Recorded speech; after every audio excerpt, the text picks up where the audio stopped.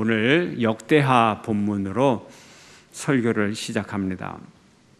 역대하는 바벨론 포로로 이스라엘 백성들이 나라가 망하고 바벨론 포로로 포로 생활을 하며 잡혀갔다가 이제 일부가 귀환하여 돌아오고 그런 상황에서 에스라가 이들에게 역사를 가르치고 또 삶의 교훈을 가르치기 위하여 쓴 글이다. 이렇게 전통적으로 이해를 하고 있습니다.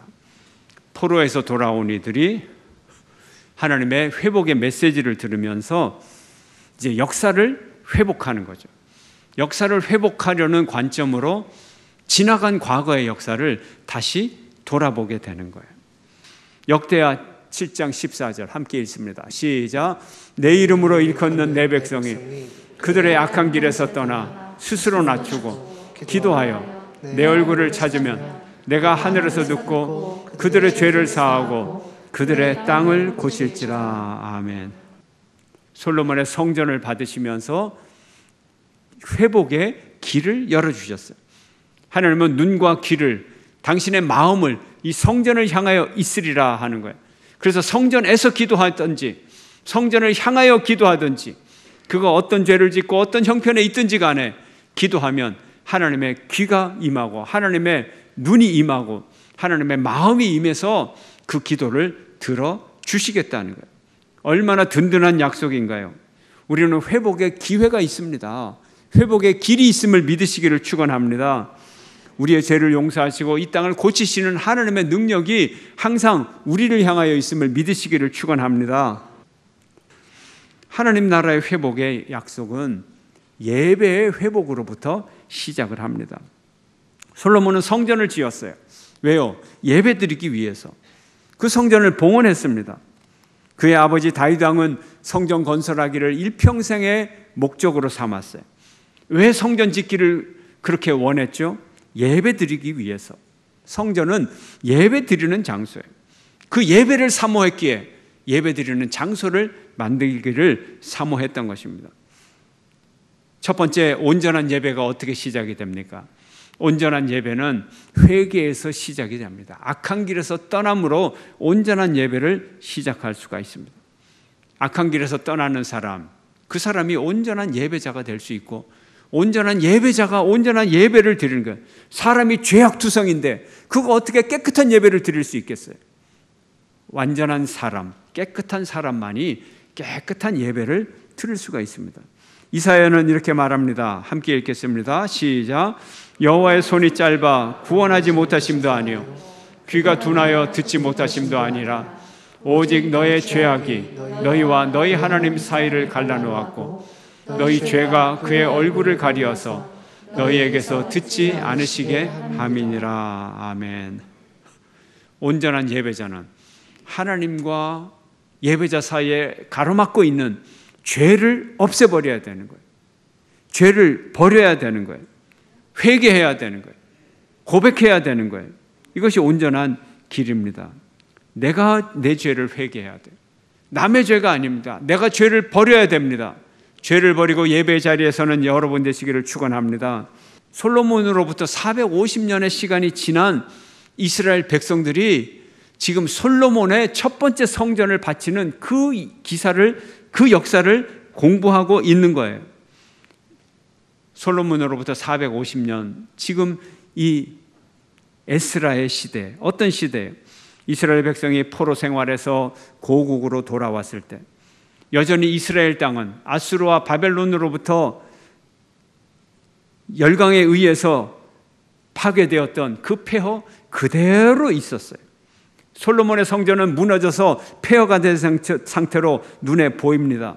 백성들이 눈으로는 솔로몬의 성전이 폐허가 돼서 다 무너져 있는 그 솔로몬의 성전을 보면서 역사 교육을 통해서 솔로몬이 이렇게 위대한 성전을 하나님께 바쳤더라. 그리고 바치는 그날 하늘에서 불이 내려서 그 제사를 받으시고 그 성전을 받으셨더라. 지금 이 기사를 읽는 거예요. 여러분 같으면 어떻겠어요? 양가의 감정이 있죠. 양가의 감정이.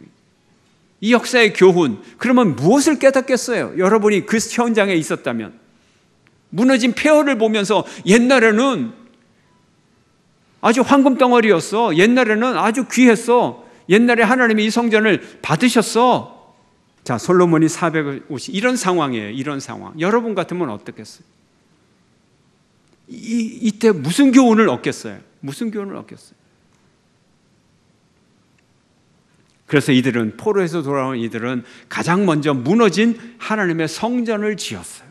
무너진 성전을 지었어요. BC 536년에 수룹바벨을 중심으로 귀환을 해서 515년에 성전이 완성이 됩니다. 성전이 완성이 돼요. 민족 회복의 출발점을 무너진 하나님의 성전을 다시 짓는 데서부터 출발해요. 이래서 성전이 중요한 거예요. 이래서 성전이 회복의 상징이 되는 거고, 회복의 상징은 예배의 상징이고, 예배는 죄를 회개함으로부터 시작이 되는 겁니다. 다시 한번 볼까요? 14절 말씀 다시 한번 읽겠어요. 함께 시작. 내 이름으로 일컫는 내 백성이 그들의 약한 길에서 떠나 스스로 낮추고 기도하여 내 얼굴을 찾으면 내가 하늘에서 듣고 그들의 죄를 사하고 그들의 땅을 고칠지라. 아멘. 오순절 다락방에서 성령 충만함을 받은 사도 베드로가 성령의 능력으로 길에 나가 전도를 할 때 3,000명의 사람들이 예수를 믿겠다고 작정을 했어요. 그들의 마음속에 찔림이 있어 어찌하면 좋겠습니까? 내가 내 죄를 어찌하면 좋겠습니까? 베드로에게 물었을 때 베드로가 대답하죠. 너희가 회개하여 예수 그리스도의 이름으로 세례를 받으라. 그리하면 성령이 너에게 임하시리라. 가장 먼저 뭐라고요? 그 죄를 회개하라. 세례 받으라. 그리하면 성령이 임하리라. 회개하는 거예요. 회개할 때 성령이 임합니다. 회개할 때 하나님의 영광이 우리 가운데 임합니다. 하나님이 우리에게 임재하시는 것, 이것이 회개할 때 임하는 성령인 것입니다. 1907년 원산에서 선교사들이 수련회를 열었어요. 선교사님들만 모여서 수련회는 선교사 수련회예요. 이들이 기도를 했습니다. 가장 먼저 자신의 죄와 부족함과 연약함을 회개를 했어요. 이때 이들의 심령에 성령이 불같이 임했어요. 이들이 영혼의 큰 부흥을 맛보았어요. 그리고 평양과 자신들의 사역하는 각지에서 회개의 복음을 전했어요. 이때 교회 지도자들과 모든 사람들이 회개하기 시작했어요. 이때 부흥의 불꽃이 평양을 휩쓸고 전국을 휩쓰는 1907년 대부흥운동이 시작되었던 것입니다. 회개를 통하여 성령의 불을 받을 때 하나님께서 회복의 역사를 시작하시는 것입니다. 하나님의 회복, 하나님의 고치심을 바랍니까? 회개하는 여러분 되시기를 축원합니다. 예배로 나가는 두 번째 길은 기도하는 것입니다. 기도의 회복을 통하여 예배의 회복과 삶의 회복이 시작이 됩니다. 오늘 말씀은 그들이 기도하여 내 얼굴을 찾으면, 그들이 기도하여 내 얼굴을 찾으면 내가 그들의 죄를 사하고 그들을 고치리라, 이 땅을 고치리라 말씀하셨어요.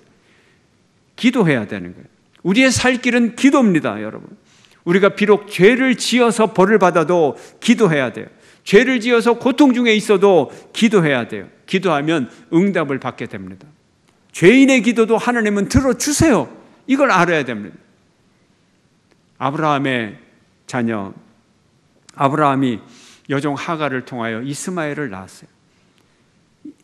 하갈의 주인 사라와 갈등이 있어서 사라가 하갈을 내어 쫓습니다. 그냥 광야에 그냥 내어 쫓아요. 그냥 죽으라고 내어 쫓아요. 광야를 헤매다가 먹을 것도 떨어지고 물도 떨어지고 이제 죽는 길밖에 남지 않았어요. 이때 하갈이 하나님께 부르짖었어요. 살려달라고 부르짖었어요. 이때 하나님은 하갈의 기도를 들으시고 눈을 뜨게 하시고 가까이 있는 우물을 보게 하시고 그 우물 물을 마심으로 생기를 얻어 하나님의 축복받은 새로운 삶을 살아가기 시작했습니다. 하나님은 이래요. 하갈과 이스마엘 약속의 자녀가 아닙니다.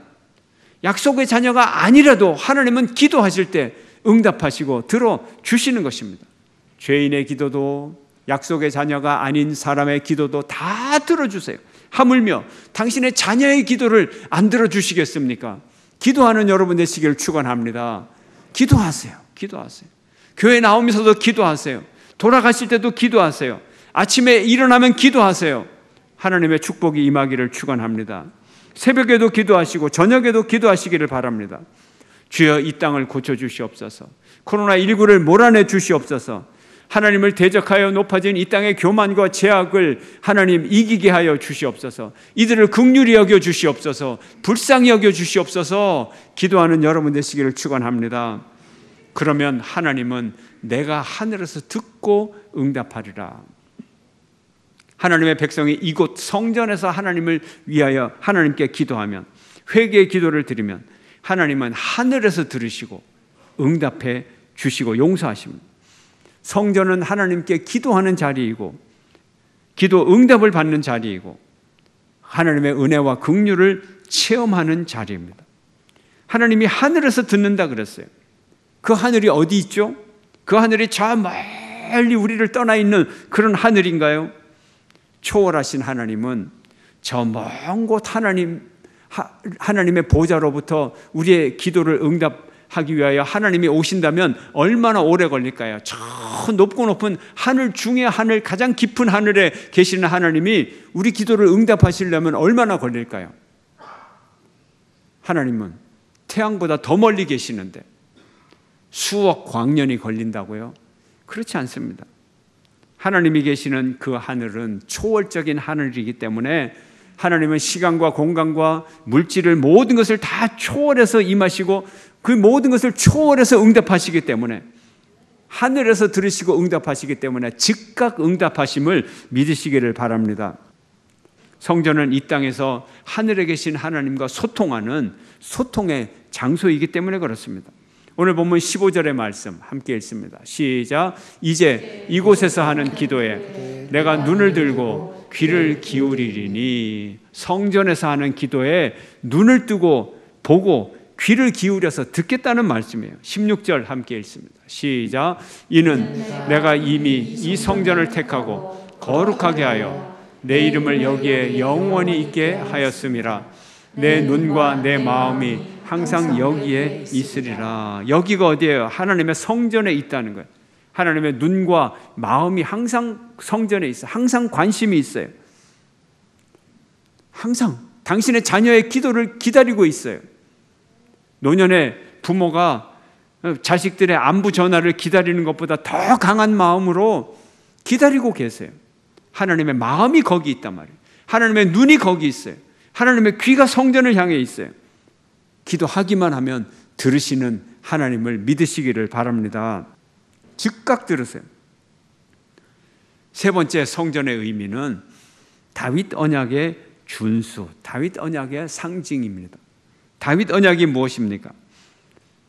너희들이 나의 율법과 명령과 규례를 지켜 잘 행하면 내가 다윗의 왕조를, 다윗의 왕권을 그 후손들에게 영원히 유지되게 하리라 하는 것. 그리고 두 번째 다윗과의 약속은 네가 내 성전을 짓기를 그렇게 원하는데 내가 너에게 은혜를 베풀어서 성전 지을 수 있는 기회를 주리라. 그러나 너의 아들 중에서, 너의 후손 중에서 지으리라. 이것이 다윗 언약의 핵심입니다. 그러므로 성전의 건축은, 성전의 존재는 다윗 언약의 상징인 것입니다. 다윗 언약의 목적이 뭐예요? 하나님의 말씀과 규례를 지키게 하는 것, 명령을 지키는 것. 그러므로 이 성전은 하나님의 말씀을 지킬 때 성전이 유지되고 하나님의 말씀을 지키지 않으면 성전은 멸망하게 된다는 것입니다. 그래서 이제 성전의 네 번째 상징에 도달하게 됩니다. 성전은 다윗 언약의 상징이면서 심판의 상징입니다. 성전은 심판의 상징이에요. 성전은 건물이 중요한 것이 아니라, 건물이 이스라엘의 안전을 보장하는 것이 아니라, 성전은 결코 도구나 수단이나 우상이 될 수가 없습니다. 성전을 통해서 하나님과 맺는 관계, 성전을 통하여 드리는 아름다운 예배, 이것을 통하여 우리는 축복을 받을 수 있는 것입니다. 지금 역대기를 읽는 백성들은 어떤 상황이라 그랬죠?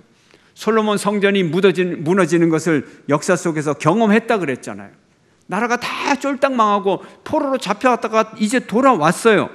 처음에 돌아왔을 때는 아무런 성전이 없었어요. 그런 상황이에요. 그리고 급히 성전을 지었어요. 스룹바벨 성전이라고 얘기합니다. 그런데 이 성전은 솔로몬의 성전처럼 그렇게 화려하지도 않아요. 아름답지가 않아요. 하나님의 영광의 불이 내려오지도 않았어요. 구름 같은 하나님의 영광이 덮이지도 않았어요. 말씀궤도 없어요. 말씀 10계명 두 돌판도 없어요. 지금 이런 상황에서 솔로몬의 영화를 바라보고 공부하고 있습니다. 어떨까요? 우리가 하나님을 향한 신앙을 다시 회복해야 되겠다. 정말 우리가 하나님의 말씀으로 다시 돌아가야 되겠다. 내가 생활을 새롭게 해야 되겠다. 그래야 하나님께서 솔로몬의 성전에 주셨던 그 민족의 영광과 성전의 영광을 다시 주시리라.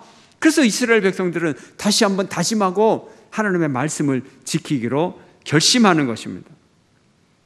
하나님의 백성이 하나님의 말씀을 버리고 우상을 숭배하면 지금같이 이렇게 비참한 상황에 처하게 되는구나. 우리가 빨리 일어서야 되겠다. 이렇게 말하고 있는 거예요. 20절의 말씀입니다. 함께 읽습니다. 시작. 내가 너희에게 준 땅에서 그 뿌리를 뽑아내고 내 이름을 위하여 거룩하게 한 이 성전을 내 앞에서 버려 모든 민족 중에서 속담거리와 이야기거리가 되게 하리니. 하나님은 성전에 연연하지 않아요.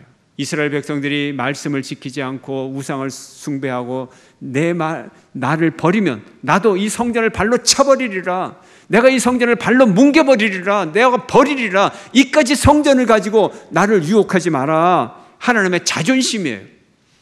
그뿐만이 아니라 성전을 뭉개고 이스라엘 백성들을 많은 사람들의 조롱거리로 만들겠다는 거예요. 성전을, 그렇게 화려한 성전을 짓고 제사를 드리더니 꼴 좋다. 망했구나, 망했어. 그렇게 죄를 짓더니 자기들의 신 여호와 하나님, 그 하나님 한 분을 그렇게도 섬기지를 못했어. 자기 신에게 벌을 받은 민족, 참 바보 같은 민족이구나. 조롱을 당하게 한다는 거예요. 비웃음의 대상, 가십거리가 되게 하겠다는 거예요. 두 번째 성전도 무너져 버렸어요. 세 번째 성전, 예수님 시대에 있었던 성전, 헤롯 성전이라 그래요. 세 번째 성전이에요. 헤롯 성전은 당시에 이스라엘의 중심이 되었고 유대 최고 재판소 법정인, 통치기관인 산헤드린도 바로 이 성전 안에서 열렸어요. 헤롯 성전은 80년에 걸쳐서 지어졌어요. 가장 오래 지어졌어요. 그리고 주전 17년부터 63년까지 80년 동안 이스라엘 역사상 가장 크고 화려한 성전. 그래서 63년도에 완공이 됐는데 3년 후 66년도에 큰 사건이 생겼어요. 유대에서 세금이 거치질 않는 거예요. 세금을 제대로 내지 않는 거예요. 그래서 로마 총독이 화가 나서 세금을 왜 안 내느냐 해서 성전으로 들어가서 성전에 있는 금화들을, 금전들을 압수를 해버렸어요. 요즘도 압류를 하잖아요. 통장도 압류하고 재산도 압류하고. 로마 총독이 성전에 있는 금을 압류를 해버렸어요. 유대인들이 아무리 식민지 백성이지만 이들의 생명과 같은 성전을 겁탈하는 이런 모욕을 유대인들이 참을 수가 없었어요. 그래서 독립운동을 시작합니다. 저항을 시작합니다. 그 저항을 3년 동안 목숨을 걸고 로마와 싸우게 됩니다. 로마는 티투스 장군을 보내서 승리하게 합니다. 주전 69년도에 이스라엘을 초토화를 시킵니다.